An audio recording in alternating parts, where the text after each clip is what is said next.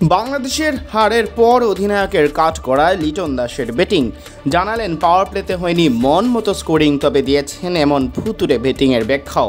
কেন লিটনরা ব্যর্থ তার অবশ্য ব্যাখ্যা নেই শান্তর কাছেও। এদিকে যে উইকেটে অস্ট্রেলিয়ার রান তুলেছে মুড়ি মুরকির মতো, সেখানে ব্যাটিংয়ের কঠিন পিচ দেখেছেন শান্ত। বাংলাদেশের ব্যর্থতায় আরও একবার কাঠগড়ায় লিটনের ব্যাটিং।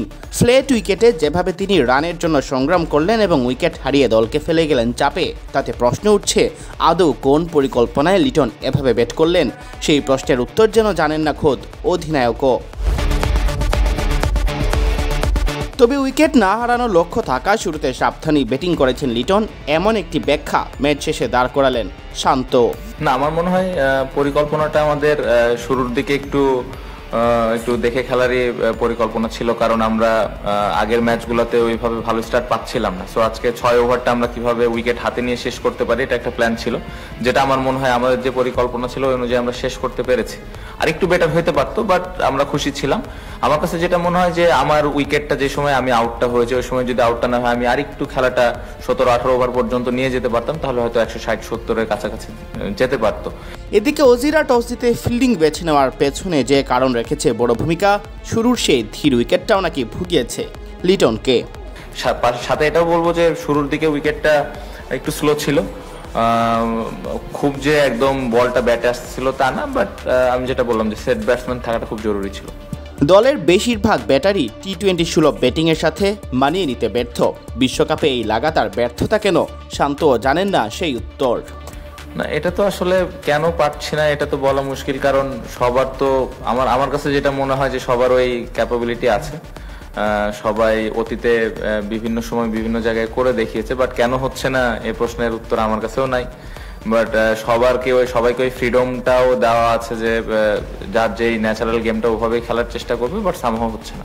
অস্ট্রেলিয়া রান তুলেছে ওভার প্রতি 10-এর মতো, মনে হচ্ছিল রান তোলার মতো সহজ কোনো কাজ বুঝি নেই। এদিকে বাংলাদেশের 140 রান তুলতেই নাভিশ্বাস। যদি আরও 20-30 রান বেশি হতো, তাতেই হয়তো বদলে যেত ম্যাচের গতিপথ। অস্ট্রেলিয়ার কাছে হারের পর শান্তর কণ্ঠে তাই সেই 20 রানের আক্ষেপ।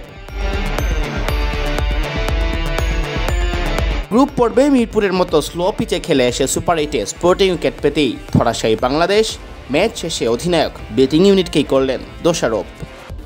Yes, obviously, I think condition is very big difference because last match there was a lot of spin and also seam, but today looks flat wicket, a very good wicket to bat, and I think we didn't bat well, so I think that is the big difference. Probably we should have target 160 to 170.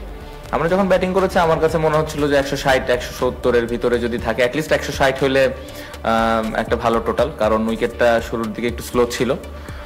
পরে যদিও ওদের ব্যাটিংয়ে আমি বলবো যে একটু তুলনামূলকভাবে সহজ ছিল, কারণ বৃষ্টির কারণে বলটা ভিজে যাওয়ার কারণে বলটা ভালো ব্যাটে আসতেছিল। সো ওরা তুলনামূলকভাবে আমাদের পেস বলের এগেনস্টে একটু কমফোর্টেবল খেলেছে, বাট শুরুর দিকে আমার কাছে মনে হয়েছে যে সেট ব্যাটসম্যান থাকাটা খুব জরুরি ছিল, এবং সেট ব্যাটসম্যান যদি খেলাটা শেষ করতো তাহলে আমার মনে হয় 160-170 ভালো টোটাল ছিল। সিয়াম চৌধুরী, বিডি ক্রিক টাইম।